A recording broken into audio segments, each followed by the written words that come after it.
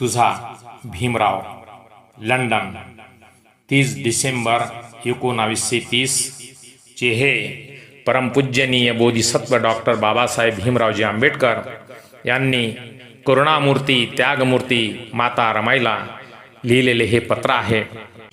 या देशनेच्या माध्यमातून मी सर्व श्रद्धावान उपासक उपासिका, धम्मेक बालक धम्मेक बालिका यांना विनम्रपणे निवेदन करतो की आमच्या जीवनाची अवस्था कशी होती।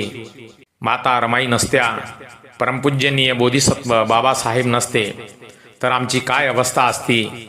आजही आमच्या गळ्यामध्ये गाडगे, पाठीला झाडू, अंगावरती पुरेसे वस्त्र नाही, केवळ लंगोटी आणि भोजनाची व्यवस्था नाही।